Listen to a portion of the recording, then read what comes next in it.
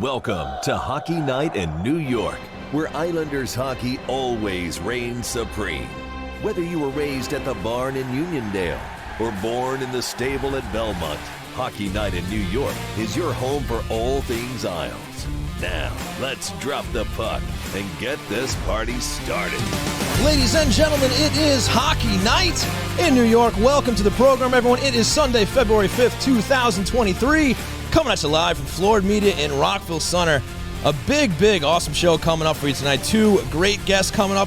Patrick Johnston of the Province and Vancouver Sun will be joining us, as well as Islanders alum and former Vancouver Canucks head coach Travis Green. Both joining the program to talk some Bo Horvat. Big trade here in Islander country. Going to be talking all about it tonight. With me tonight is Mr. Chris Botta. My name is Sean Cuthbert. How we doing, Chris?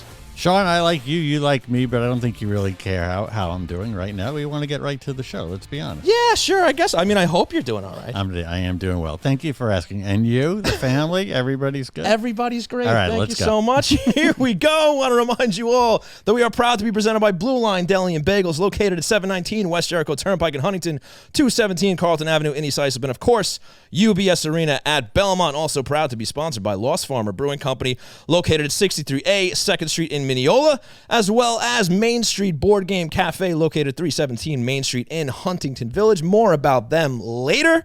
So, Chris, let's dive into it. Like you said, big trade in Islander country. Been looking forward to this show all week to talk about all the hubbub around Bo Horvat, the New York Islanders, and the Vancouver Canucks. So right off the bat, Chris, what do you make of this deal? What I make of it is what's amazing is we waited it out. We played the long game. And now Bo is signed to an 8-year contract. Love the timing of that. Right? So if we had done a show on Wednesday or Saturday, it might have gotten old. So this worked out well. It is a day of celebration for Islander fans and the Islanders organization. This is an organization that has been on the other end of these kind of things, from Ziggy Palffy to, you can go through the list, right? Trevor Linden, Ryan Smith. I get it. There were reasons for everything. There were excuses for everything. There were dysfunction, including dysfunction that I lived and was a part of. And hey, yeah, sure, I maybe even contributed to at times. But now that is over. The only way for that to change that perception, was to actually do something.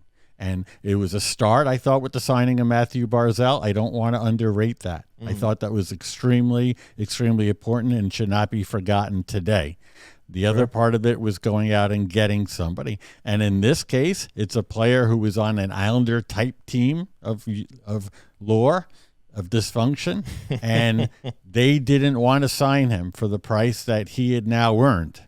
And the Islanders swooped in, made a trade, which I thought was a reasonable trade. It was exactly what we thought it would cost them. Sure. First round pick, Ratu plus. Ideally, money going the other way. So nobody could sit here and say, oh, I can't believe they did that, right? Like, we knew that would be the price. Right. They paid the price in players. Today, they paid the price in money. We'll come back to that. Horvat didn't need to see the school system. He didn't need to see. He just got here. This deal was agreed to in principle, I'm sure, days ago. Today, he was able to sign it in person. This was the week to get it done, not around the trade deadline, not in the offseason, sweating that out. The Islanders called their shots, did the right thing. This is a deal that is a good news for years to come. So I applauded it, the move on Monday, and I applauded even more tonight on Sunday. What do you think, Sean Cuthbert? Chris, now that the announcement of the signing has been made today, I am a fan of the deal. I think there's still a lot that has to happen between now and, I suppose, as that deal evolves. We'll see exactly how great of a trade it may or may not have been. But I think a lot of fans now in the country can rest a lot easier now knowing that pen has been put to paper. I think he got money that everybody was kind of around where everybody was kind of expecting. If you're upset about a mil here or there, not so big of a deal. And you talk about the timing of the deal. So I'm curious, there's some Islander fans that might be a little upset about that or concerned about it. As far as this season goes, was this a little too late for the Islanders here? the fact that it didn't come earlier, it didn't happen in the summer. There was rumblings about JT Miller, and the wheels kind of started shaking, not completely off the wagon, but obviously January was a rough month. You look at this now, 30 games left in the season. They're on the outside looking at a playoff spot. Is this something that's still all right timing wise for the New York Islanders? It's all right because because now this long-term contract is done. Were the Islanders slow, or did Lou Lamoriello fail to get something done earlier with somebody? Yeah. Okay, but it takes two to dance. I mean, you can't make Johnny Gaudreau sign. You can't make certain things happen. I get that. The one thing you can control, though, is make the trade for the player. So a JT Miller deal, however close that was, didn't get done. This is the deal that got done. Listen, they're only a couple points out of a playoff spot, so it's not like they're 8 out and it seems desperate. I know there's other teams involved. I'm aware of the math and the percentages and all that. So this is when this particular deal could get done. I suspect that Lamoriello told Jim Rutherford, these are the pieces you are asking for. You've told me that you will take some money back in a Beauvillier or a Bailey type. It was probably the conversation, and I can understand why they'd go for Beau. You want our first round pick. I want it protected. If you don't get it this year, it's unprotected next year. So that's potential gold for Vancouver, and you get our top prospect. And sidebar here, let's be fair to R2 Ratu. This poor guy went from 10 days ago to he's gold, we're going to keep him, Lou's crazy, right. I'm afraid he's going to make some desperate move and trade Ratu, to now the predominant opinion out there is we didn't give up anything. Like, I know, it's hilarious. And that's not just 3 people on Twitter. No. So I just want to, right? Okay, let's level set there. Yes. Good luck to R2, Ratu.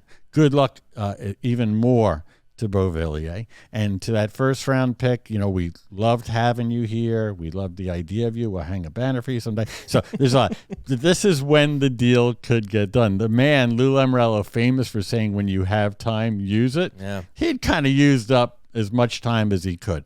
Another thing about this, and this will be the first of 9 times on this show, I'll say, and another thing. Sure. Yes, guilty as charged. I do that all the time. It's okay. Okay.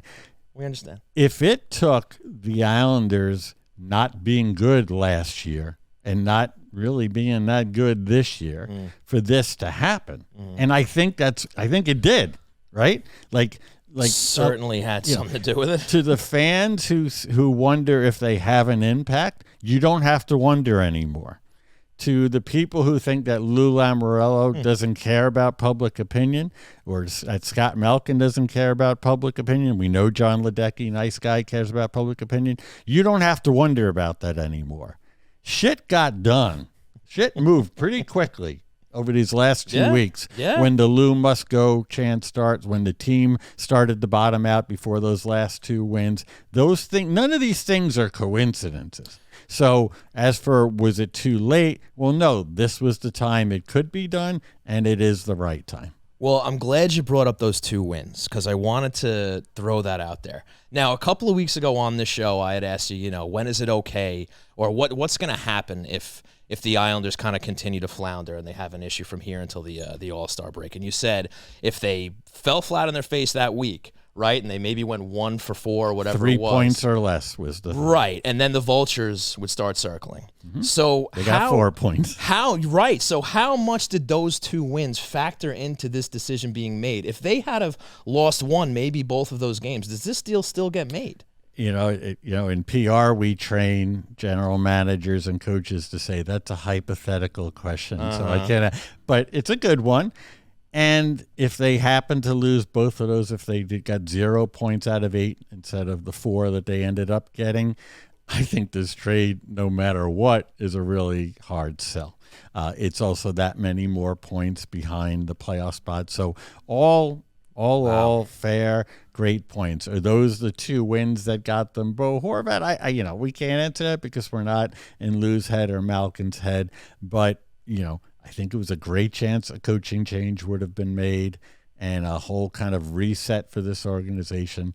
Those 2 wins, you raise a great point, Sean. They definitely helped. It is amazing to think that this whole situation could have hinged on those two very games. It's possible. It's before possible. the All-Star break. And also, I want to say really briefly, since we are the first to make fun of things, well, especially that I say that maybe don't get right, or we'll even talk about it on Twitter.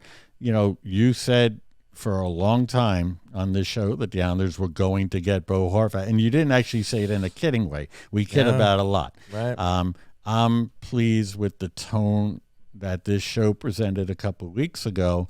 I'm proud of it that it was like, no, you do not give up now. There could come a time for that.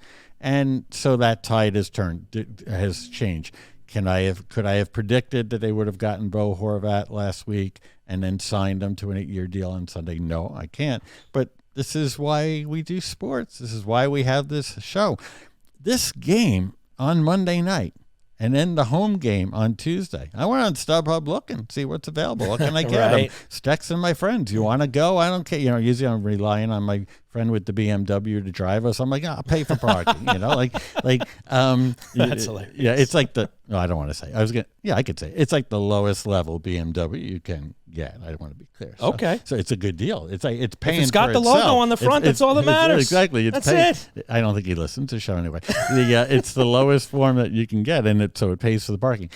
But the excitement now for these games. Yeah. I'm not always the greatest fan of my sports teams, including this one. I admit that. I love the business. I love the game. Sure. I'm not always there. Life takes you different directions. Sometimes you just need a break from it. There are times, as fans will know, I don't watch every minute. I get some things wrong. I don't know everything. But now, I don't think it's a lecture. Chris. If you're not watching, if you're not counting the minutes to these games Monday and Tuesday for starters, right? This is exciting. This is great stuff. Chris, I'm never going to fault a fan for losing interest or holding on to their hard-earned money when it comes to supporting their sports team. If they're floundering, if they're struggling, listen, that's your right. Buy the tickets when you want to go. Don't when they're not giving you the product on the ice you're expecting, right?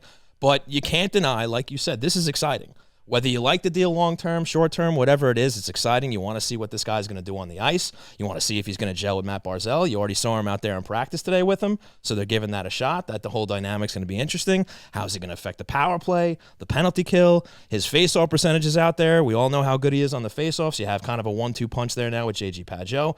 So, look, there is definitely a lot of potential for this not only to be exciting to see a new number 14 on the New York Islanders, but just to see how quickly he's going to gel, acclimate himself to the team. Can they rattle off some wins? And what's really nice about this schedule coming up when we hit what's on tap, not the most challenging of games they could be. For this week, yeah. Correct. So this is an opportunity to kind of piggyback off of those two feel-good wins heading into this whole situation and maybe go on a little run here where, hey, maybe they got a shot to make some noise. There's also something to be said, and the reason why I like this trade even before the contract was announced, and there was reason to be hopeful that Lou Lamoriello knew he could get something done. Mm-hmm. I believe that Lou had Jim Rutherford, as we talked about the last time I did this show, is kind of honest to a fault. He hurt himself with the Bruce Boudreau stuff, but he's a very well-liked colleague. And he was public in saying that he wanted to keep Bo Horvat, but that Horvat had now outplayed the deal that they would have liked to have given him, and they weren't there. So he made no secret about it. So I would think that Lou Lamoriello, had an idea of what Horvat was asking for. Absolutely. And then also in Pat Morris, not tampering, to be clear, but in Pat Morris, who works for an agency that goes back to Don Meehan, that goes back to Pat LaFontaine in the 80s. These are two people in Pat and Don Meehan who've been around a long time, have done countless contracts with Lou Lamoriello through the years. I suspect there was an idea of what it was going to take. And we could argue, some fans already started to argue with me that if he went UFA, and by the way, signed with another team, would have been 7 years to start, not the 8 that the Islanders can give him. And would he have gotten even more than an 8.5? I don't think so, but I'm not here to draw the line in the sand and argue with people. But they just took care of business. They did what needed to be done. Question for you. Sure. When we look at the history of Matthew Barzal, of which we are both unabashed fans of. Yes. There has always been and continues to be this thing as to who fits with him. This happens with other athletes too. It's happened with players on the Islanders, centers on the Islanders for years.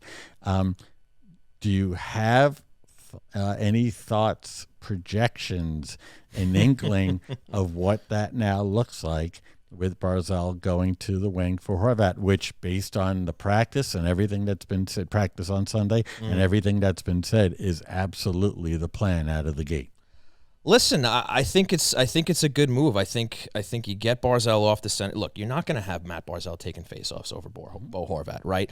And you can obviously have him do that and still have Barzal, basically take care of the center responsibilities defensively if they want him to. I'm curious to see how that's going to work. I think Horvat is ultimately going to get that. I don't see any problem or any issue with experimenting with Barzal kind of loosening that end of the game for him to just concentrate on being an offensive producer, a playmaker, where he's dishing the puck to Horvat and whomever else might be on the other side of that line.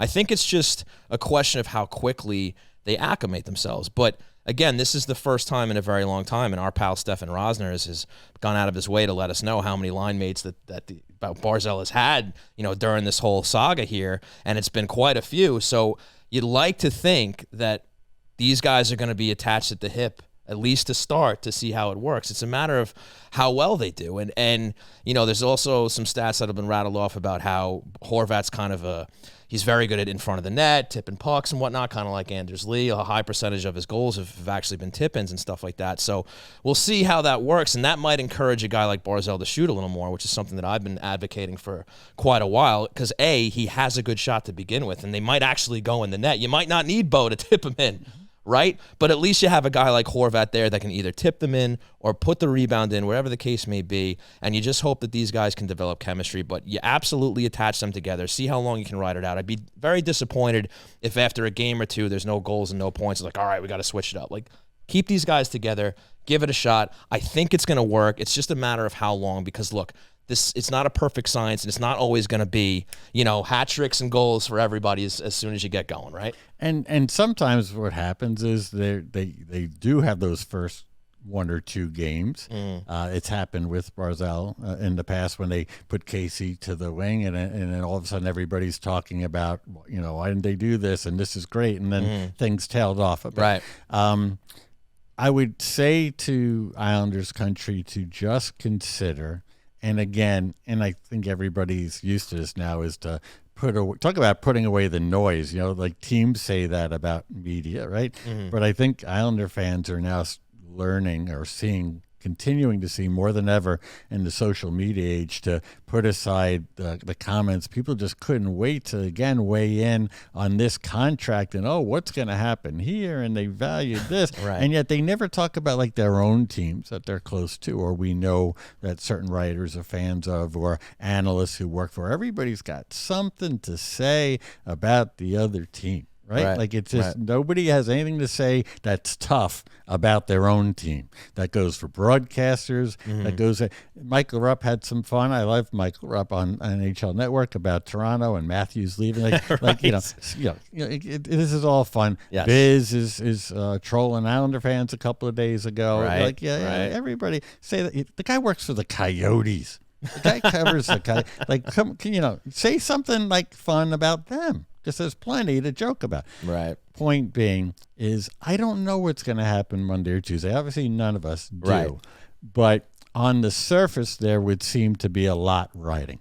They just had All-Star break. Horvat's with his family at Disneyland.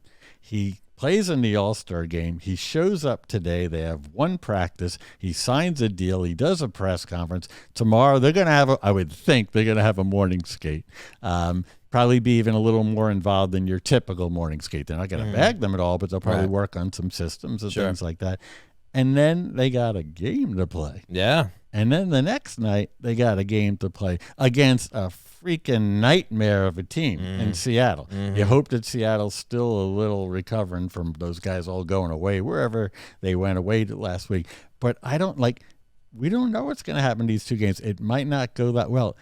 I don't know what it matters in this playoff race. Right. Big picture, if it doesn't go splendidly, I would suggest that you not let it get you too down.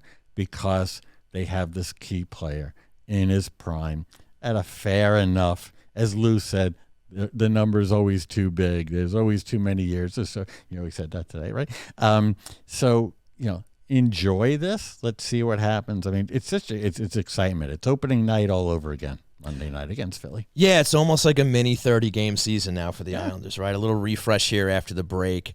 And, you talk about what this could mean, long-term. I mean, maybe we can touch on that a little bit because that's part of the dissension, I suppose, from some Islander fans, right? Whether they love or hate the deal. They look at what this is going to mean for the franchise's future. Now, obviously, the contract today helps kind of dispel some concerns there because the guy's going to be around long-term. But also, I saw very little complaints today now that he signed. I think people were on board with you. I think you are the majority of opinion. Trade's good if they sign I him. agree, They sign him, and we're good. We did some very unofficial polling on the Hockey Night New York Twitter and Instagram accounts, and overwhelmingly, the people who chimed in were happy with the deal. There were some negatives, but mostly people enjoyed it. But now that he's been signed, I think that helps. But still, you look at this overall, and it ties into everything with the franchise and the arena, and that you look at last year, they kind of fell on their faces opening the building. They were looking for some success. They come off that great run, and they sell out season tickets. They have a bad year. They probably lost their fair share of season ticket holders last year, and they're in danger of having another playoff list 2 for 2 here at UBS Arena. I'm sure that factored into these decisions when they decided to make a deal for Bo Horvat. And, in doing so, they give up a first-round pick, whether it's this summer's or next summer's. They give up a promising young forward in Atu Ratu. We don't know yet what this team and whatever the core is determined to be is going to do in these coming years. But it kind of shows, I think, at the very least, that this team not only is about winning now this season, but in these forthcoming years where I think the word rebuild can kind of be thrown out the door for a little while, right? I mean, this is going to be, we got these guys, we're going to squeeze as much out of these guys, maybe some of the older guys, as we can right now, and then if and when it's time to change some personnel, it's more of a retool than a rebuild. This team is kind of fully bought in now just because of how empty the cupboard really is after giving up Ratu in the first rounder. The reason why today is a day of celebration, in my view, is that there's always been this question about, are the Islanders a destination, right? What I would say is, like, today, you could say that the Islanders now have established themselves that they are a home for players, meaning players want to get paid, they want to be wanted, and they want resources, and they want good ownership. They know that coaches come and go. They know that even general managers come and go and their fellow players come and go. But they want to go to a place where the resources are there, where the owner spends the cap. Check, yes, UBS Arena and the Islanders' other facilities. Check, yes, they go to the cap, right up against the cap perhaps. right. But there's a willingness there. And by the way, that's the case with most teams. And they want to get paid. Horvat wasn't getting it. He had an opportunity to come here. The Islanders pounce. We understand that. This is quite the change, right? Yeah. Was the arena ever going to make a difference? Well, here's the best way I could put it for you. And yes, little history lesson, right? The Ryan Smith thing was somewhat similar in that it was a team, as you pointed out to me, the team was in a little bit better of a playoff standing when they got Ryan Smith. Yes. But the question was to get him and try to sign him long term. Right. When Ryan Smith, I defend him on this. I understand this.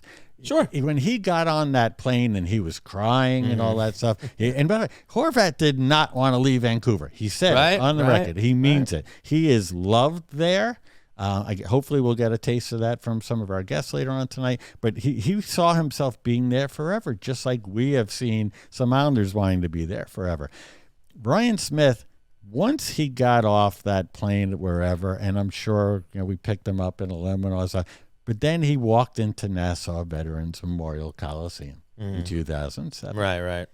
And you would have to think, and we let him into this little room that was like this mess. You couldn't put Elton John, when he would play concerts there, he would have them move in couches and flowers. Like it was basically it was like done up to make it look like he wasn't playing in Nassau Coliseum. We didn't have that. Yeah. We didn't have that for Ryan Smith.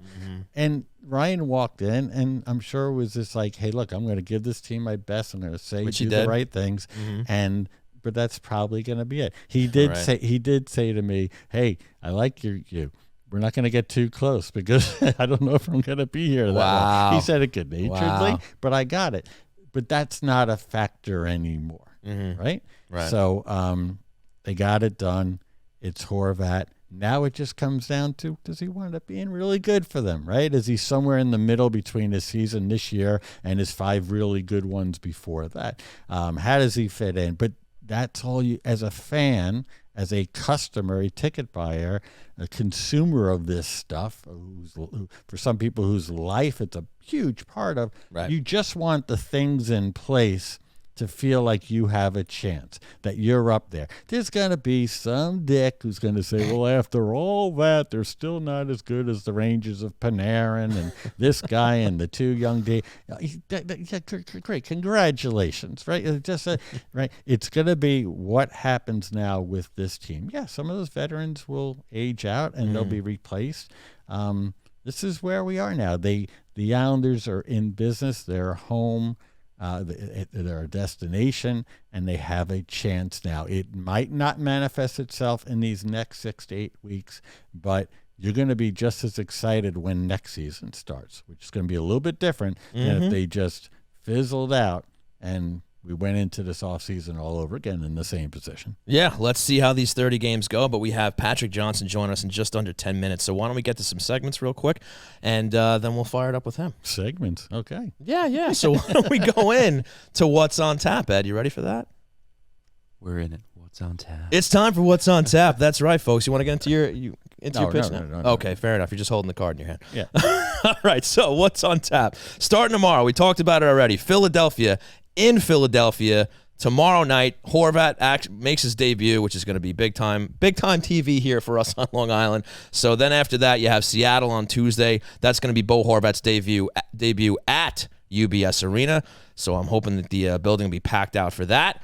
Then Thursday night, Vancouver comes into town. He gets to face his old team right away. Anthony Beauvillier obviously coming back into the building. I don't know if Atu Ratu is going to be in the lineup for the Canucks. It doesn't look like it. Looks like he's starting in the minors, which we talked to Patrick Johnston about that. I think that was the right move for Vancouver in that specific market and where Ratu is in his career, in my opinion. Yes, for sure. And then at Montreal Saturday for a matinee at 12:30. So big slate here, 4 games. I think a lot of chances here to pick up some points for these New York Islanders, these revamped New York Islanders with Bo Horvat. What say you, Chris Botta? Couple of thoughts is, credit to the Flyers, Monday's opponent. This is not a, sometimes I will wise-assly call something a scrimmage or a homecoming game. I might have a few weeks ago. The Flyers have started to get healthy, but even before they started to get healthy, guys have emerged.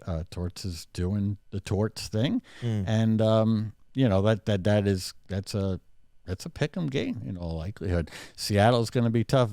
Here's a little suggestion for the Vancouver game. I'm not a coach, but you might want to put a body on Anthony Beauvillier of the Vancouver Canucks because he's going to be fucking flying. Yeah, he's going to be pumped for that and he's been a big game player. Yes. Right? Yes. He hasn't been an every game player, but he's been a big game player, and I'd be shocked if we don't notice him. And are we going to see a re-showing of the Game 6 overtime winner for Beauvillier? Are we going to see a little tribute video that night? There'll be a tribute video, but the sound won't be up for that Game 6 thing, right? But that would not. It's too soon, right? Like it'll be a very appropriate 30, 60-second Beauvillier thing on Thursday. I just don't think you go that big, right? Because you're the man who would know. That's why I asked. My thinking is I don't think you go that crazy about it because you got a game to play in. Sure. I don't know if we've mentioned, but these games are really important. Yeah, big time. And Vancouver, they kind of stink, but you talk about a team, they've officially gone into the mode as the Islanders have been in many times, like they got nothing to lose. So they might be a little bit dangerous on Thursday. Yeah, going to be tough. And then Montreal on Saturday. I mean, obviously a team that's... Where is that game? That's in Montreal, 12:30 start. Afternoon game. Islander fans love the afternoon games. Yeah, I don't. 12:30 Montreal. Yeah. Oh, real. I mean, Caulfield now down. I mean, that is a game. Even if they didn't have Bo Horvat, that they should win. But hey, Montreal played them tough. So, but it's an easier week. They go back to playing the varsity full time after this for the most part. Right, and let's play our little game that we have recently. No. What's a successful week for the Islanders? Okay, now I mean that's the beauty of this, right? Everything is now changed. Mm-hmm. It's 6 points or more, or bust. Okay, that's not my prediction. Right, but that's just asking what's a successful week. Right, I mean, doesn't mean if they don't get it, it's the end of the world. But the expectations have changed, and considering the opponents, I think Seattle will be tough. I just don't know how Seattle's going to come out of the break. Mm-hmm. Sometimes it takes a little while. I think it doesn't hurt the Islanders that they're playing the night before, in this case in Philadelphia, easy ride home. Mm-hmm. But if you're the Islanders, 6 points or more has to be, obviously in the room the goal's 8. But I would say 6 points or more, anything less would be a disappointment. I would have to agree, and since we're up against the clock, let's go right into Hero of the Week, so cue it up, sir. That's right, folks, when you hear the song, it is time for the Hero of the Week, brought to you by the Blue Line Deli and Bagels half-price hero, which this week is the Godfather, featuring Cappy ham, Genoa salami, pepperoni, provolone, lettuce and tomato, oil and vinegar on a hero. Stop on in to the Blue Line Deli and Bagels flagship location at 719 West Jericho Turnpike in Huntington. Mention Hockey Night New York and get half off the Godfather. With that said, Chris, who is your Hero of the Week? It's Bo Horvat for signing today. Really, I mean, yeah. The Islanders put their faith in him. He's putting his faith in the Islanders. That's what you want in a player. Can't wait to see him play. I don't have anything too deep to say. If you're going with a hero, and the Islanders were looking for a hero, as the song I think said. I need a hero. There you go, something like that. You need Bo Horvat's the guy. Welcome, Bo. Yes, welcome, Bo Horvat. I imagine there'll be a sandwich made for him if there hasn't been already. I'm sure Donnie is in the office thinking about it right now. As for my hero, I'm going with, there was a little event this past weekend. Don't know if anybody cared. I didn't until Bo Horvat got traded to the New York Islanders. But Brock Nelson is my hero for winning the shooting accuracy competition. Bravo, Brock Nelson. Good stuff. I will tell you this. I don't know if I'll be watching a All-Star weekend anytime soon after this past one, because it was, as far as I'm concerned, it was borderline disaster. I did not enjoy it. The skills competition, it was very cringeworthy. And I do appreciate the effort that the league and ESPN is making to try to make it more entertaining and do things different. But at the end of the day, they got a lot of work to do. The takeaway image for Islanders country from All-Star Weekend is a Western Conference jersey with the Islander logo on it. I think that's going to be a much sought after. Absolutely. thing. I read this. Yes, for our please. friends at the Main break. Street Board Game Cafe in Huntington Village on Long Island's North Shore. Games for sale and for open play, food and drink, beer and wine, fun and friends. Bring the magic of phones down, eyes up, tabletop board games to your family. Our staff will help you find the right game for you, from old favorites to the hottest new releases. They have everything from strategic to easy party games. Get off your screens, unplug your game for a night your family will remember. Looking for meetups to join? They got the Magic the Gathering, Dungeons and Dragons, Game Night Live communities are welcoming for all. This is a great place, folks. They do parties, corporate events. They're located at 307 Main Street in Huntington Village. 307 in Main Street, Huntington Village. Go to what? MainStBoardGameCafe.com for more information. You got it. MainStBoardGameCafe.com for more information. Main Street Board Game Cafe. Find your crowd. Unplug your game. There you have it, folks. Now we're going to take one quick break. When we come back, Patrick Johnston will be joining us to talk about the big trade of Bo Horvat coming to the New York Islanders. We'll be right back.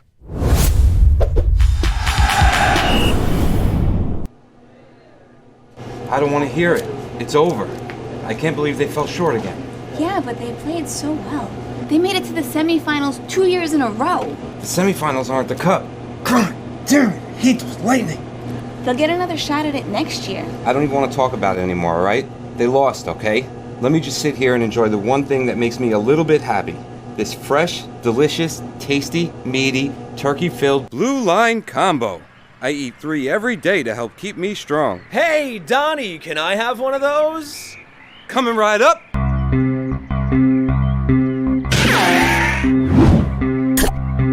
Talk about a blast from the Blue Line. Blue Line Deli and Bagels. Our goal is to make you a hero.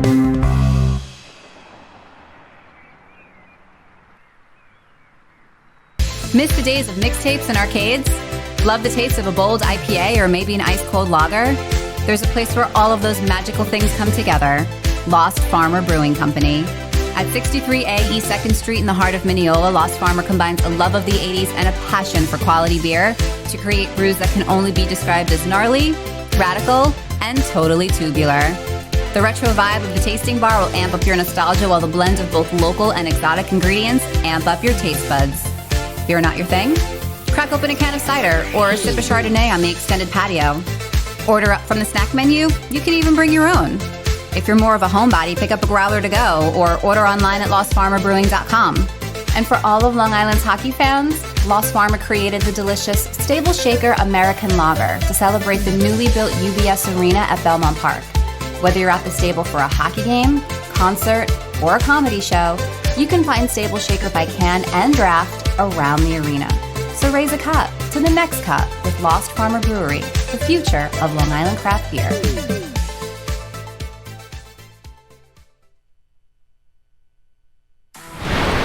Some time to our sponsors. Ready to talk more Isles? The train rolls on right here on Hockey Night in New York. And welcome back. We wanted to get a voice from Vancouver. And one of the leading voices is Patrick Johnston, the Canucks reporter for the Province and the Vancouver Sun, to get his take. Patrick, Chris Botta here with Sean Cuthbert. Thank you so much for joining us.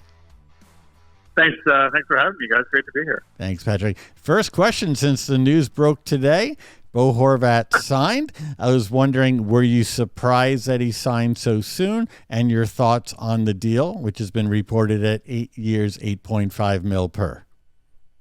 I was laughing a little bit, Chris. I was like, did Chris know something when he texted this morning? early? Anyway, you know what? I would say very much, I think the reaction here, and I think rightly so, is in the end, Bo Horvat won. You know, this was I think, in line with the number he was after in Vancouver. Certainly once he saw JT Miller sign for a 7-year deal at $8 per season, I think most people's instinct was that, you know, this was a number that he was probably going to be after, something in that range. So yeah, I mean, I'm not surprised. You know, whether he was, maybe I was never quite 100% sure if maybe necessarily he was fine in Long Island, but certainly Lou Lamoriello is not going to trade for a guy and not be able to sign him. That seems like a crazy scenario, certainly from my perspective. Pat Morris, you know, the Bo's agent, has been at this a long time. He knows Lou well. I don't think this number would have been surprised, even if Lou thought it's too much money. I don't think it's a number that would have caught him out of the blue, that's for sure. What would you tell the fans of Long Island, almost separate from what they gave up to get him or the cost, but you've written a lot about Bo, not just in the last week, but through his career. You've followed him. You've seen him play more games than probably anybody listening or watching right now combined, possibly. What would you say to the fans in terms of what are the Islanders getting in Bo Horvat? I think the biggest thing to understand about him, and when we talk about these are good character guys, you know, that's a thing we say about so many players. But the thing to understand about him is he's a guy who really tried to understand what he does well and what he doesn't do well, and then went and tried to figure out how to be better at that. So, you know, last year, a year and a half ago, started working with Adam Oates, and Adam taught him a few things. He said, Bo, you know, you're a good skater, which, by the way, in the backstory is incredible. Bo came into the NHL with question marks about his skating, figured that out. I'm a very strong, powerful skater. You know, Oates said, listen, you can score goals off the rush. Here's how you're going to do it. And that was something he added to his game this year. He's become this incredible shooter off the rush. But that's not the only part of the story. He also started to learn about how to space. And, you know, he's in fact the leading, if I'm not mistaken, he's the guy to score off shots from the point in the whole league. And that was the story about his role on the power play, a guy that was playing in that bumper spot in the middle of the ice, and who will separate himself from defenders in the slot and put himself in a position to tip pucks home. You know, that is a skill that he added to his arsenal in the last season or two. He is a guy that is forever looking forward. He's trying to figure out how to be better at who he is. And you know, it's not often a player becomes better in his late 20s. He's a guy that's that guy. And that's sort of everything I think you want in a player. He's got the right attitude. He's very much in the sort of Henrik Steen mold of leadership. You know, it's something he talked about a lot, was that, a thing he learned from Henrik was not so much about, I think we all know the rah-rah kind of isn't really the way to go anymore necessarily all the time, but your presence, the way you conduct yourself, the way you show up early, leave late, he is that kind of guy. And, the Islanders absolutely, this is a player who's going to show up and lead just by his presence. And then he can get it done. He's having a career season, but if you add up all the factors behind it, it's a career season that has not come out of the blue, that has not been a surprise. Hey, Patrick, Sean here. Really appreciate you coming on the show, and also appreciate your profile picture on Twitter with the banana. Fantastic stuff. Yeah, there you go. Yeah. So obviously there's that one, yeah. There's a lot of excitement here in Islander country with Bo Horvat coming over. What would you say is the biggest strength that he's bringing to this team that Islander fans can get excited about? I would say, he's not a perfect defensive player. That has always been kind of a surprising thing about him to understand. But, he is one of the leading centermen in the NHL. His understanding of the offensive zone, how to score goals, those are his two sort of strongest obvious attributes. I think maybe with a different group of coaches, he can become an elite penalty killer, elite defender. There's no reason to think he can. He thinks the game the right way. But he's a guy that he's never going to let you down. He's going to be there every night. He's going to work hard. He's going to put it on. He is just a guy that is going to, you're going to walk away thinking, man, that guy worked hard. He did what he could. He gave it all that night. He tried to make stuff happen. It's that kind of guy. Exactly what we want. Some sort of a second line center. A guy that's going to make you think, at the end of the night, well, at least, at the very least, I know he was there. I knew he played the game. Sounds good to me, Patrick. And there's obviously been a lot of things going on over in Vancouver this year. What have you gotten a sense? Yeah, have you gotten a sense of the fan reaction over there to this trade and what it means for the Canucks organization going forward? I would say, I think people are, inevitably disappointed that, what was a guy that was, was going to sort of be the future, and then the future arrived and the future wasn't good enough, and that wasn't his fault. There's so much that's gone on behind the scenes. There's been so much frustration with,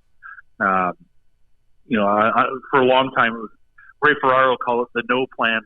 That's Jim Benning era, which is trying to throw stuff against the wall and see what happens. Hope is not a plan. They kept hoping it would work out, and Horvat, played hard through all of that, tried to do his best.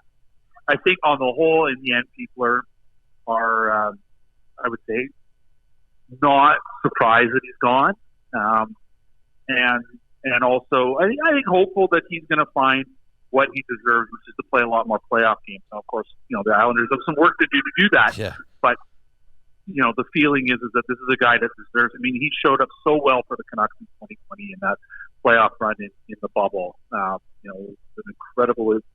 incredible influence for him, positive influence. Did so much for him. And I think people wanted to see more from that. So that's, it's a lot of complicated feelings in that, in the end, I think people are sad that didn't happen more here. They didn't get to see that more, but they almost feel like he's free and he's got his, he's going to have his chance to try to make it happen somewhere else. Patrick, I think it would have been so easy and maybe even understandable from a PR perspective, especially for the Canucks to take the shiniest of their new toys in the Islanders' top prospect, Ratu is a very good prospect, and put him right into the Canucks lineup, as if to say, hey, here's our kid, here's our new kid, enjoy him. But they've sent him to the minors, last I heard, for starters. I was wondering if you had any sense of what their plans are in the immediate future and their thinking behind it.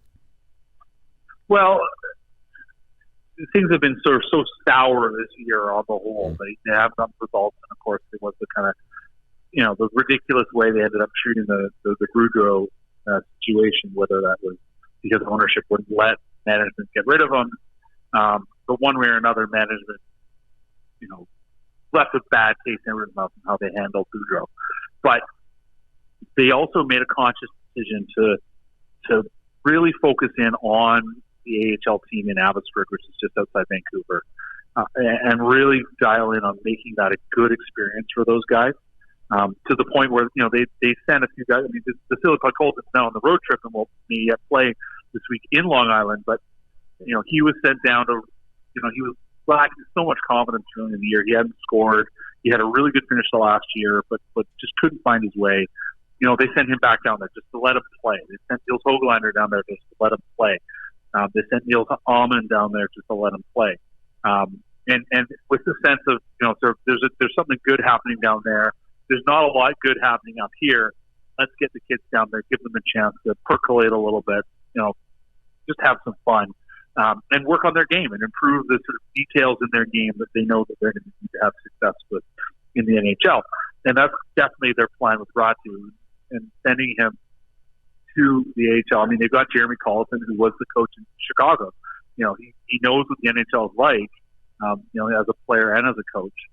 And, so they're really dialed in on trying to figure all the details out.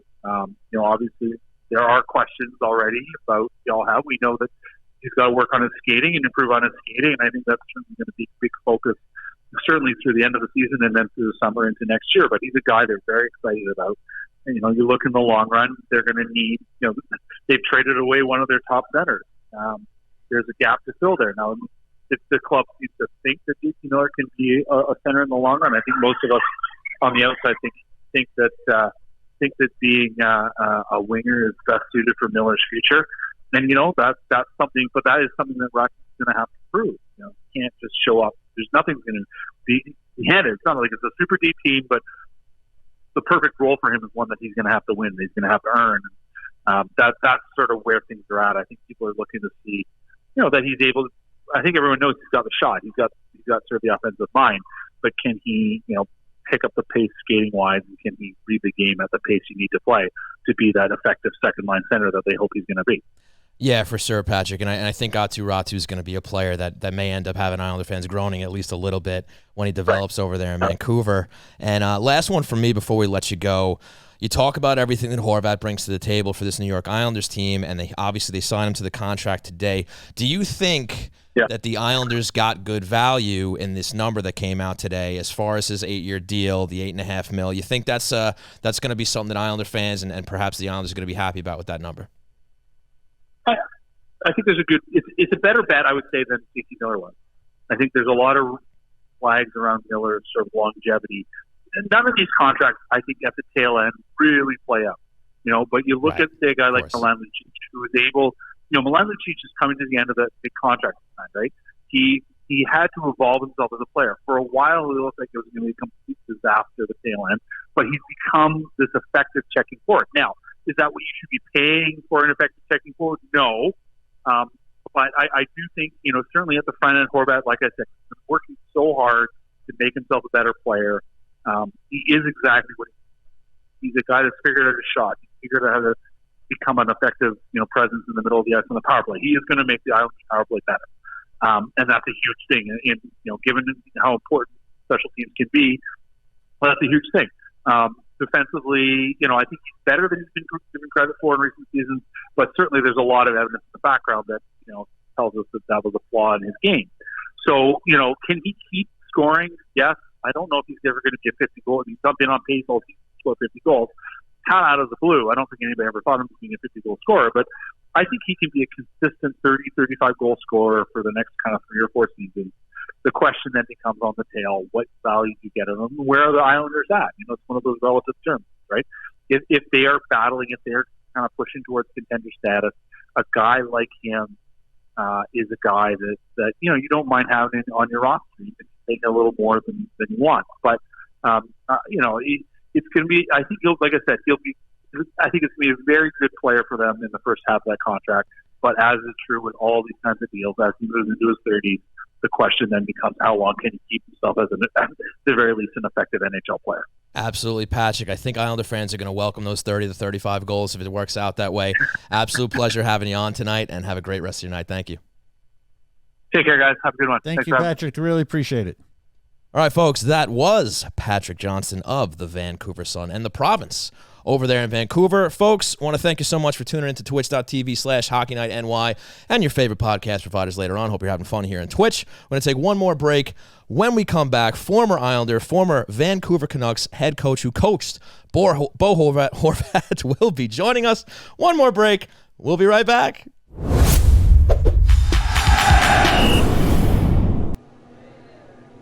I don't want to hear it. It's over. I can't believe they fell short again. Yeah, but they played so well. They made it to the semifinals 2 years in a row. The semifinals aren't the cup. God damn it, hate those lightning.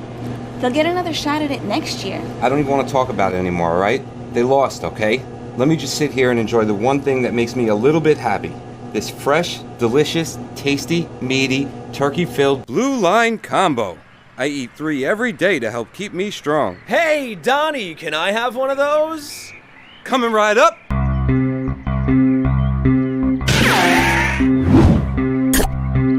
Talk about a blast from the Blue Line. Blue Line Deli and Bagels. Our goal is to make you a hero.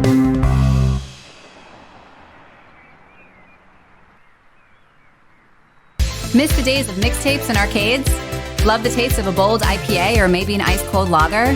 There's a place where all of those magical things come together. Lost Farmer Brewing Company. At 63A East 2nd Street in the heart of Mineola, Lost Farmer combines a love of the 80s and a passion for quality beer to create brews that can only be described as gnarly, radical, and totally tubular. The retro vibe of the tasting bar will amp up your nostalgia, while the blend of both local and exotic ingredients amp up your taste buds. Beer not your thing? Crack open a can of cider or sip a Chardonnay on the extended patio. Order up from the snack menu. You can even bring your own. If you're more of a homebody, pick up a growler to go or order online at lostfarmerbrewing.com. And for all of Long Island's hockey fans, Lost Farmer created the delicious Stable Shaker American Lager to celebrate the newly built UBS Arena at Belmont Park.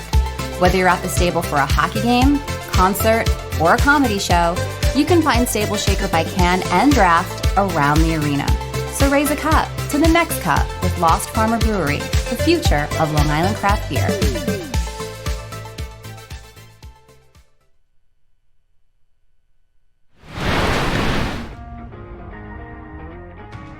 Hey there, welcome back. We missed you too. Now kick up your feet and settle back in to Hockey Night in New York. We are really proud to be joined by the former Islander, the former Canucks head coach, who coached Bo Horvat for 5 years, including some games in the minors, I believe. And that's Travis Green. Greeny, I can't thank you enough for finding some time on this Sunday night away from family to talk to Islander fans. Thank you, Travis. How you doing, bud? Hey, Chris. How you doing, man? I'm doing good, thanks. Thanks for having me. Yeah, not a problem. Don't thank me at all. It is great to hear from you. As a former Islanders center and fan favorite, what would you say to Islander fans about the new Islanders center and soon-to-be fan favorite, Bo Horvat, who, by the way, I don't even know, it's possible you might not know, but he signed for 8 years today with the club. What are the Islanders getting in Bo Horvat? Well, I mean, that's a great question. It's not I feel like I could go on and talk about it for a long time. Please do. Yeah. You're getting a really good hockey player. I think he's a young man that's really coming into his own. I think, we've said it for a while in Vancouver. Bo seems to get better every season. I don't think he's even maxed out yet as the player. He's like the best version of Bo Horvat that he's going to be. I think he's close, obviously. He's maturing into a player that, I think we always envisioned him to be. A guy that can really do anything that you ask him to do on the ice. I think the great part about Bo Horvat, though, is he's an exceptional, even a better person off the ice. He's a fantastic individual. He was a joy to coach. And I'm happy for him. Happy that, anytime a player signs a new contract, you're happy for them. And I know the Islanders have a lot to get them, but they're getting a great player and a great person. Hey, Travis, how's it going? Sean here. Really appreciate you coming on with us Sean. Tonight. So a lot's been said about Bo Horvat as a captain of the Vancouver Canucks, the leadership that he brings for the team. As somebody who had obviously a very direct relationship with him with regards to that, maybe you can just touch on what makes Bo Horvat. Why do I have such a hard time saying this man's name? It's a Bovillian. You had such a intricate part of his career and being a head coach for him. Maybe you can speak on the leadership and that captain material that he brought to the team. Well, whenever you make a captain at such a young age, a young man, and name him captain, there's a lot of expectations to be put on a player in a Canadian market. There's a lot of pressure, and I think Bo handled it well. He's not a guy that's how do I word it? He leads by example. He obviously watched Hank and Daniel Sedin for the first, I think it's 3 years of his career or 4 years of his career. Learned a lot from a lot of different captains over the years. As junior, he was a captain himself. But he didn't step in and just try to be something that he wasn't. I think he's grown into a great captain, and he's going to bring a lot of great leadership qualities to the New York Islanders. There's been no secret about the fact that he's going to be the center and that Matthew Barzal is going to move to the wing for him, and they have Brock Nelson and others behind him. Any thoughts based on your experience with him and guys you had Bo play with? Barzal is a fascinating, uniquely talented player with that speed and shiftiness. Yeah, sure is. He hasn't always. Players have not always found it easy, not for lack of trying or on everybody's side, to blend with him. Any thoughts on how a pairing between those two might work, and maybe how it relates to other players he played with under you? Well, I just think that Bo is a kind of centerman that can play with anyone. In Vancouver, we played Bo in a heavy matchup. Most of his time there, he grew into that where he played against top players in the league. I don't know if he's, without no disrespect to any other players, but I don't know if he's played with a player of Barzal's skill and that kind of speed and skill with him as a line mate. He's never played with Patterson. He didn't really play with Miller a whole lot, and Miller's a very skilled player as well.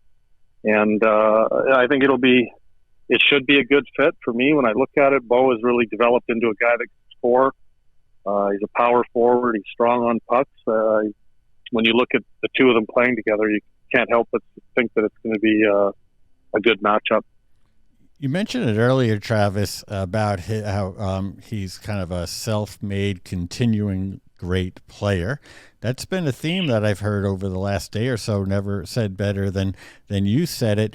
I was wondering if you could just, from your time with him, and you had him for about 5 games in Utica too, is that right? Yeah.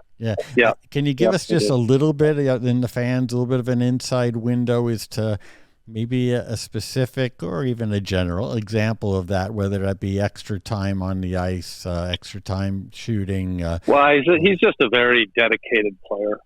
He's a true pro, very mature when he came into the league, had a strong understanding of what it took to become better. I think a lot of times you get young players, and I've seen it a lot, where maybe they're not quite prepared or understand the level of dedication that it takes to become better in the league and become the best player that you can possibly be. And that was one of the great things about Bo. He knew the work that needed to be put in, and not only did he know it, he was willing to do it.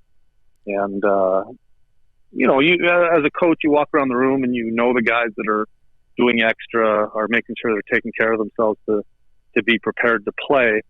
And a lot of that starts just at the first day of training camp. When guys show up, you can really tell who's put the work in over the summer. And Bo was always one of those guys, and he prides himself as being a player that others could look up to in that capacity. And then the last one for me on Bo, Travis, is the Islanders he's not walking into like the ultimate pressure of the playoffs, but in a way they have a unique situation here. He just comes back from All-Star. He signs this big deal. You've played here. You know what it's like in New York, too. By the way, in Vancouver and other markets. You played in Toronto. And they play in Philly on Monday and home to Seattle on Tuesday. I would think for the average person, you might have some butterflies, some excitement, maybe even some nerves about it. Any insight that you could provide, because we just don't know, Bo, any insight you could provide into kind of his mental makeup and how he might approach this situation that he's walking into? Well, I believe Bo is going to, like any player, whenever you get traded, it doesn't really matter who you are. You're going to be a little bit nervous. You're going to want to show the team that, they made a good trade and that you're going to be a good player for them. Now, obviously, he has signed a long-term deal. But knowing Bo, he's going to want to perform to his highest ability, but he's not going to, I don't think it's not going to affect him in a negative way. Bo understands what he is as a player now, and I believe you'll get the best of him right away. Travis, when you were coaching Bo, was there anything particular about his game that you might have appreciated as a coach that maybe the casual observer or the casual fan might miss, but just something about his game where, it was something you relied upon him to put him out on the ice that maybe you can share with Islander fans?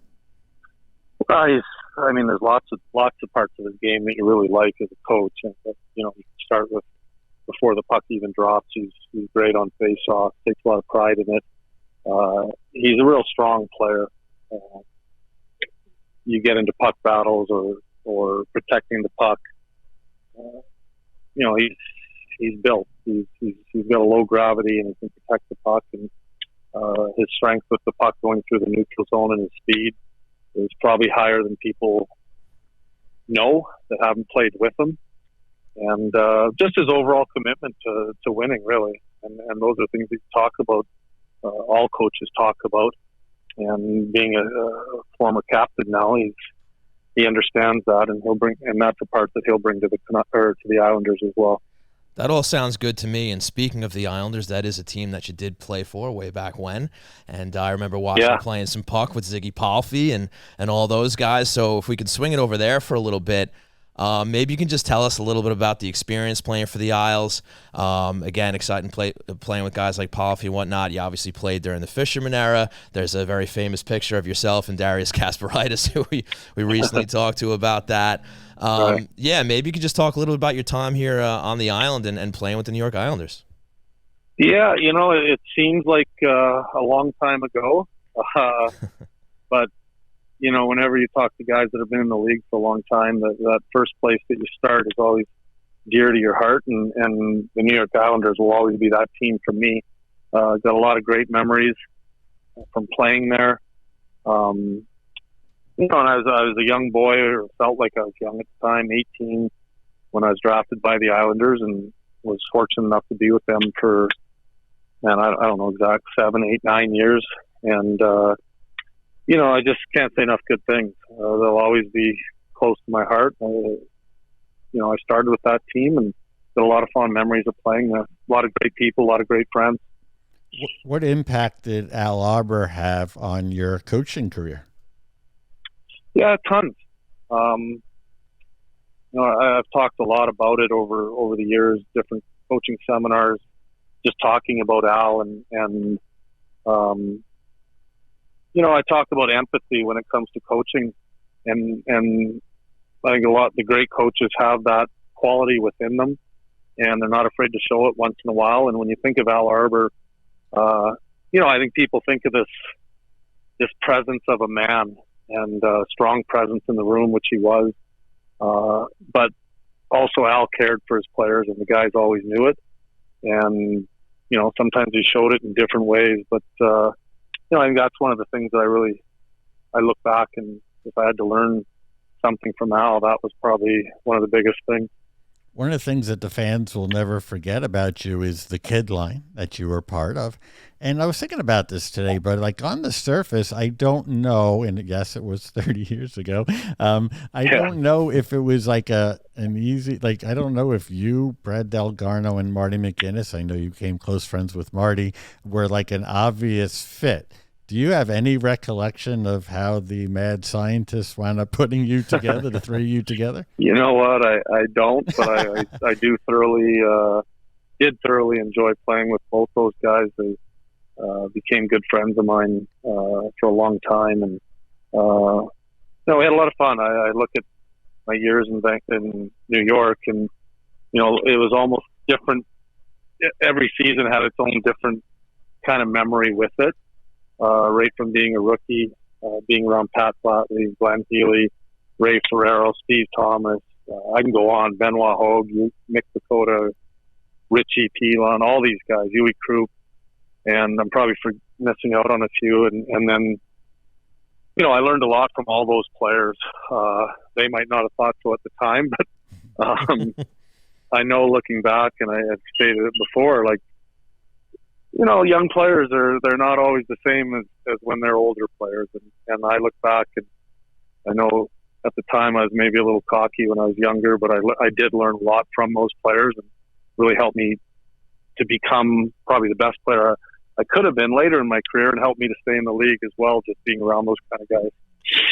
For sure, Travis, and I've asked this question of a lot of the alumni that we've had on the show this past season, and I'm always curious: is there any one game, goal, instance, moment in your time playing for the New York Islanders that particularly sticks out for you that maybe you always just look back on fondly and say, "Man, that was just a great moment or game or series to be a part of"? Yeah, my rookie year,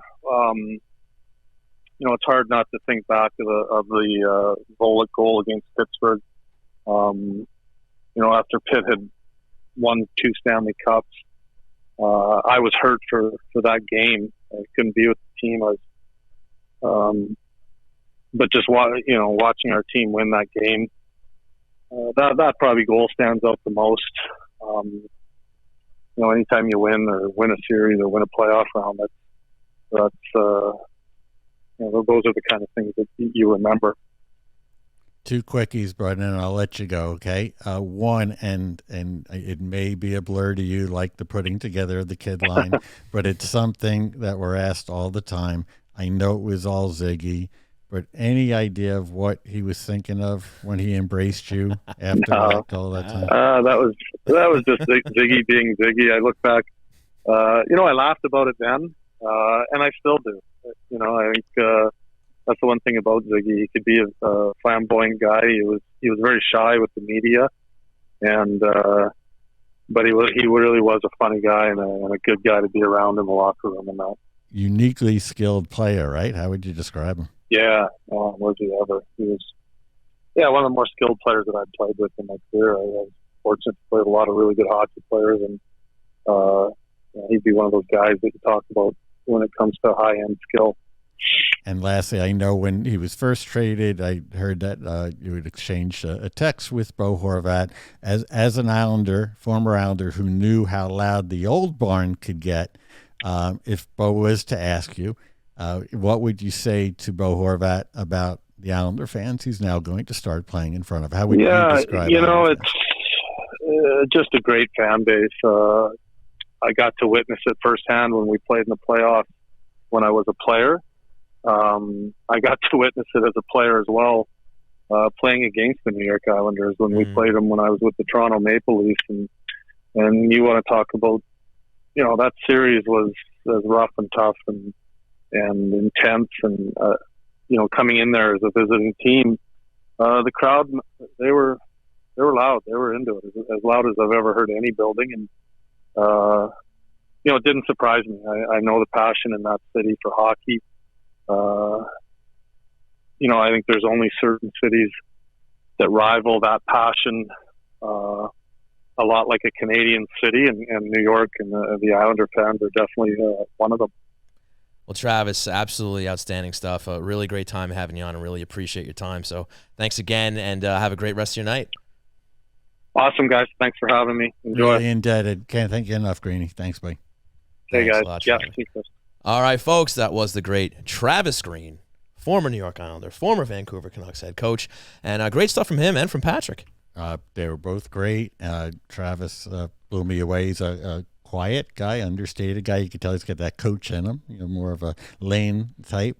But the insights were very specific. Yes. And they both said that if the takeaway from this show, I think if any journalists hear this, and I suspect they will, especially in Vancouver, headline will be Green : he's never played with anybody as good as Barzal. Right. By the way, if you're an Islander writer, little fuel to the fire. And by the way, that's not he did say there wasn't a shot, and he is right. Of course. I mean, you could say that Barzal might be more talented than just about anybody, right? So he didn't mean it in any way. Sure. He loves those guys.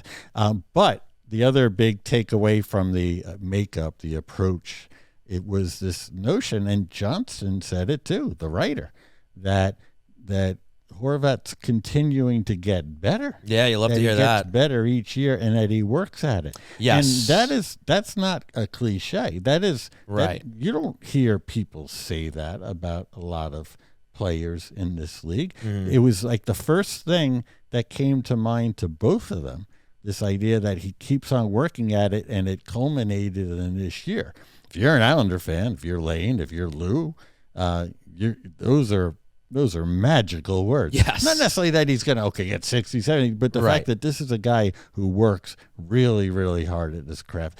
I get it. Most of them do, but to have it singled out, mentioned like that by both a writer and his coach of 5+ years, that really stood out for me. And before we hop into questions brewing, I mean, just to kind of tie this all into a bow, no pun intended. It was very convenient. How do you spell that? It depends. But, and part of the reason why, and look, this was a total shot in the dark back when we did those predictions at the beginning of the year, and I claimed that Bo Horvat was going to end up an Islander. But there is a reason.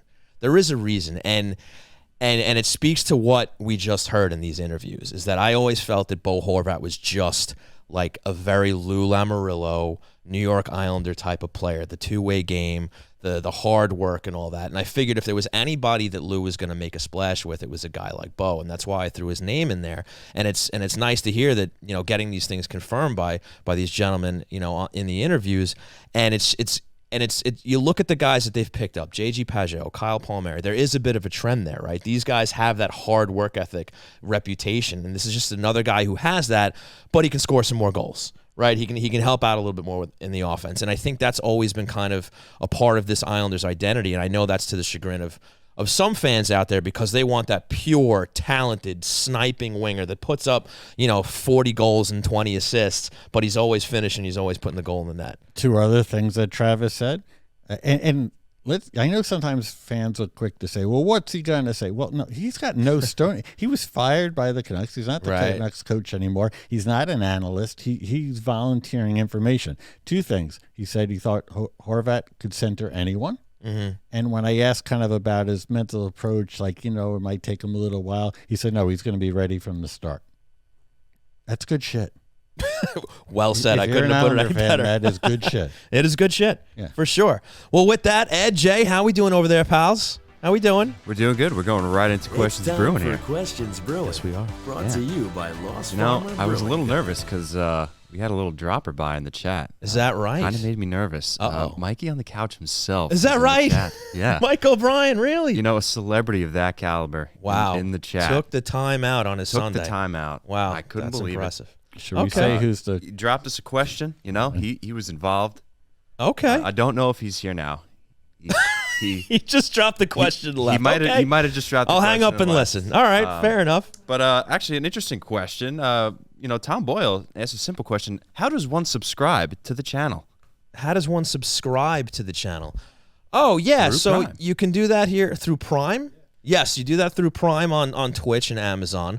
And if you want to watch the archives, just go to YouTube. Go to our page on YouTube, which is youtube.com/@HockeyNightNY.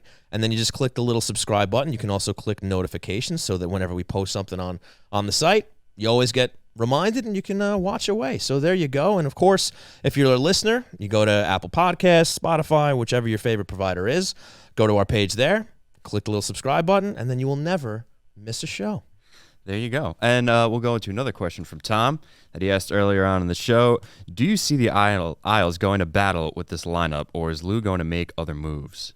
I think that's a great question. And I think that there's a lot of speculation around that, especially with the 25% that the Vancouver Canucks took on in this deal, which allows for a little more wiggle room for Lou to swing a deal if he sees fit. I think you wonder, is he going to add to the D if he's looking to add? Is he going to add another forward perhaps? There has been arguments made I've seen in the Twitterverse of people saying, hey, they could still use some more firepower, which is all well and good, and I'm for adding another sniper in there if you can do it, another guy who can add some goals, maybe a depth guy, whatever it is. My question is, what else do they have to give up to get whatever that might be? So if he can figure out how to do some cartwheels and make that happen, let's do it, but I'm just not sure where it comes from. You pretty much said it all. When the deal was announced and everybody saw the math, it was like, oh, wow, this doesn't hurt they made this big move, and it doesn't hurt their ability to do something else. And then I think everybody thought, as we did, and you just mentioned, it's like, okay, but what would that trade look like? So in all seriousness now, right, to get a quality player, not a depth player, right? I'm not even sure what that would look like. Right. And never mind the money, even if you're getting somebody, again, in this case would be like maybe a true rental, or I don't. Which Lou apparently doesn't believe in, according to some quotes out there. Okay. Yeah. I would ask Lou, who has a lot of rules, fine, to consider learning how to pronounce Ratu and Anthony Beauvillier's name. Wow. If you saw the clip, but he pronounced it badly than I ever could, or Mad Dog Russo ever could, and so just something to consider. Okay. We've praised enough. I could make a little comment, right? Like, let's know your players, even if they're your former players now. Fair enough. Yeah, I don't know what that looks like. 2 seconds and a third, right? Or look, listen, Holmstrom and somebody. I mean, pardon my language, but they're very much in fuck the future mode right now. It seems to me. Like, yeah, but I don't even know what they have to give up to fuck the future anymore. Can the future be fucked more than it?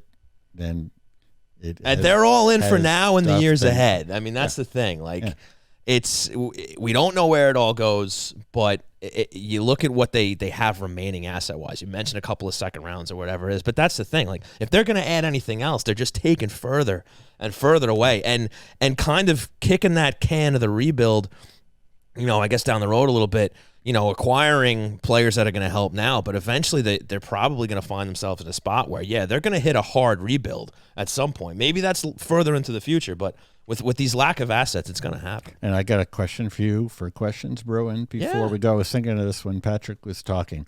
If you're the Canucks, what are you rooting for? Are you rooting for that first-round pick to slide? Because it'll be 13th or higher if it's this year. Or would you rather the Islanders not do well, keep their pick?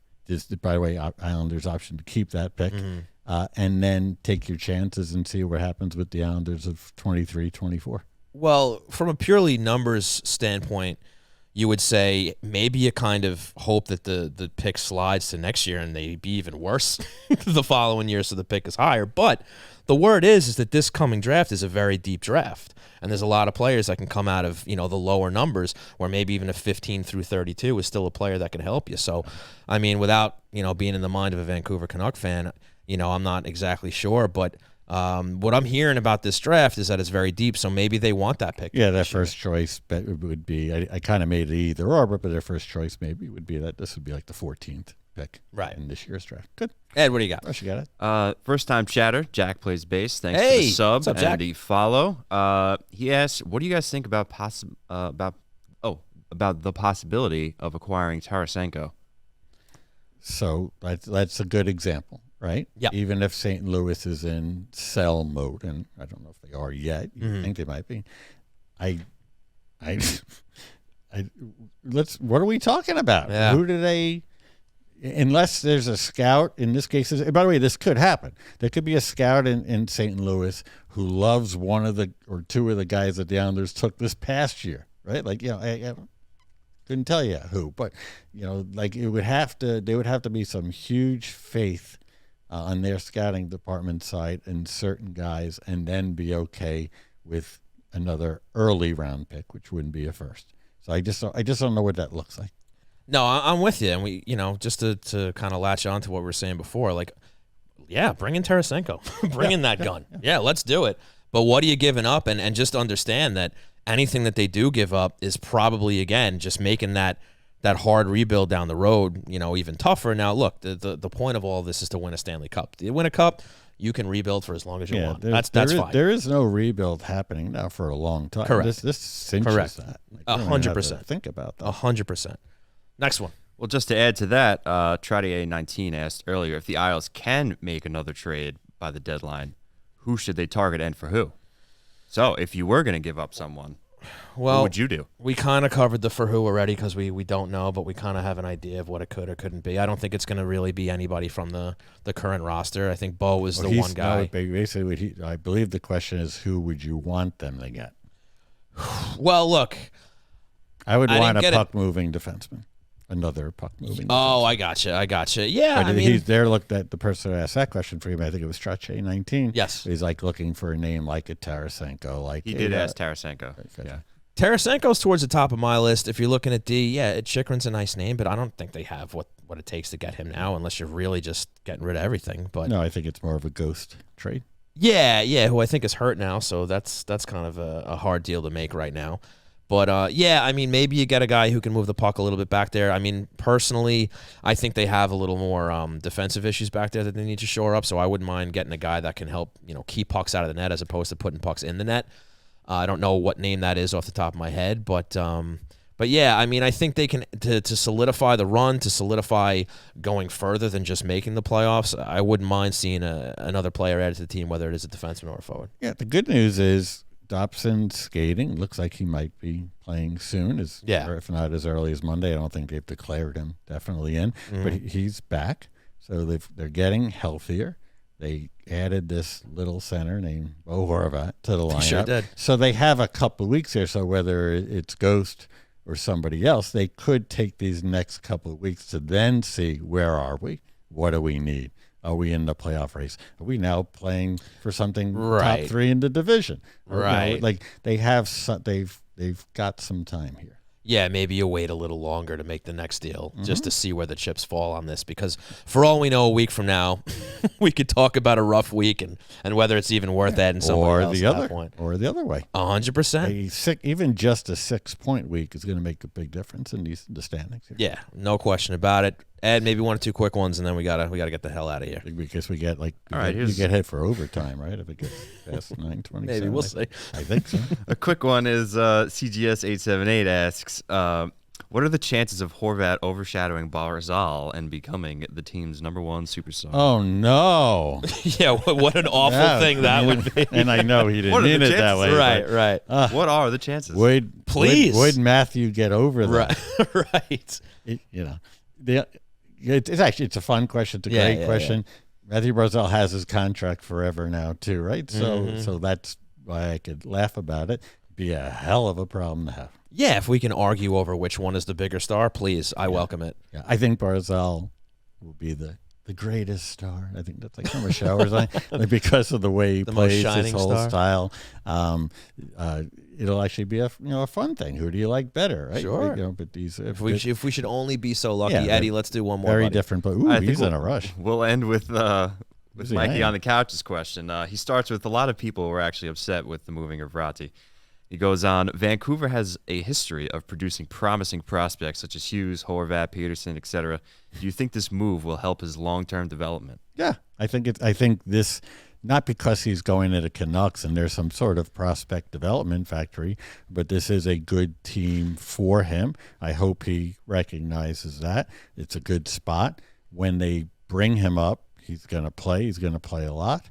I think it's a great opportunity for him, and especially since Horvat signed long term, you root for Rott, right? Like and Bo. I hope Bo finds his game over there. You're happy for them.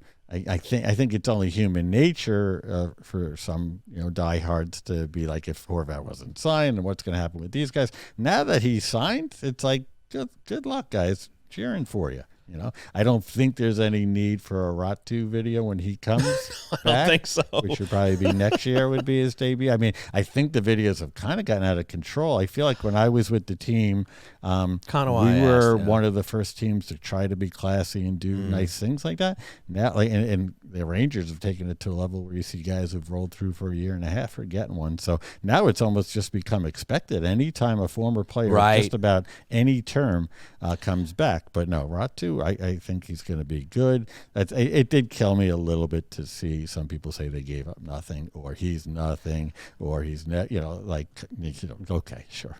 I think that was the justifiers of the deal, but then you have the no, you don't. Like that's the thing. And everybody can win this deal in some way, shape, or form. And just to kind of quickly opine on just kind of what the Islanders gave up in this situation. Now, I liked Anthony Beauvillier as a player. I legitimately hope that he finds success in Vancouver, but he just got to the point where he wasn't going to find it here. It ran its course. Every season, you see hints of it, some flashes, and you say, okay, this is the year that Bo breaks out. And he doesn't. And we'll always have that Game 6 goal. It'll be burned into our memories for giving us that Game 7 and almost a taste of getting to the Stanley Cup Finals. It was a great moment, especially for younger Islander fans and fans of a younger generation.